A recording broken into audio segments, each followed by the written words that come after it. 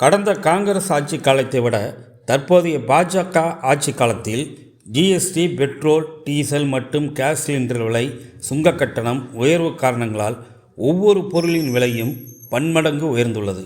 ஆடம்பர பொருட்கள் மட்டுமின்றி மக்களின் அடிப்படை தேவைக்கான பொருட்களின் விலையையும் பாஜக ஆட்சி காலம் எக்குத்தப்பாக எகிர செய்துவிட்டது. பொதுவாக அன்றாடம் பாடுபட்டு உழைக்கிற ஏழை தொழிலாளர்களின் பசிபோக்கும் உணவு பெருமைக்குரியதாக டீ இருக்கிறது. சிலரது முழு நேர உணவே டீ என்ற நிலையும் உள்ளது. ஆனால் ஒரு சாதாரண டீ தயாரிப்புக்கான பொருட்களை கடந்த காங்கிரஸ் காலத்தை விடவும் பாஜக ஆட்சி காலத்தில் விலைவாசியில் ஒன்றுக்கு பன்மடங்கு ஏறி நிற்கிறது.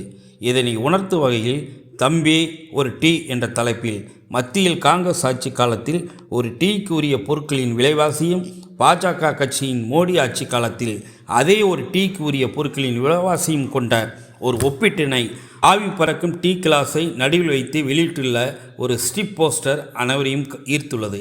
அந்த போஸ்டரில் காங்கிரஸ் ஆட்சியில் 1 லிட்டர் பால் 34, பாஜக ஆட்சியிலோ 58 ரூபா 71 பைசா, தேயிலை 1 கிலோ 143 ரூபா 77 பைசாவிலிருந்து 282 ரூபா 33க்கும், 1 கிலோ சர்க்கரை 30 ரூபாயிலிருந்து 44.41க்கும், கேஸ் சிலிண்டர் 413.96 903க்கும் அதிகரித்துள்ளது.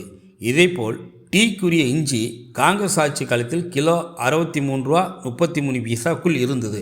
பாஜக ஆட்சி காலத்தில் 240க்கும், 1 கிலோ ஏலக்காய் 557 ரூபாயிலிருந்து 1113க்கும் உயர்ந்துள்ளது என்று கூறப்பட்டுள்ளது.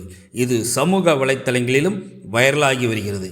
இது குறித்து பொதுமக்கள் கூறும்போது, ஒரு டீ என்பது நம் நாட்டின் உழைப்பாளிகளான அடிமட்ட பாட்டாளிகளின் உணவாக இருக்கிறது. சாதாரண ஒரு டீக்கு உரிய பொருட்களுக்கே பாஜக ஆட்சியில் இப்படி ஒன்றுக்கு பன்மடங்கு விலையேற்றம் கண்டுள்ளது அதிர்ச்சியளிக்கிறது.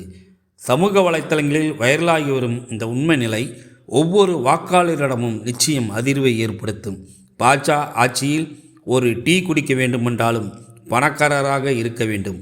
பாஜக ஆட்சி ஏழைகளின் வயிற்றில் அடித்துள்ளது என்றனர்.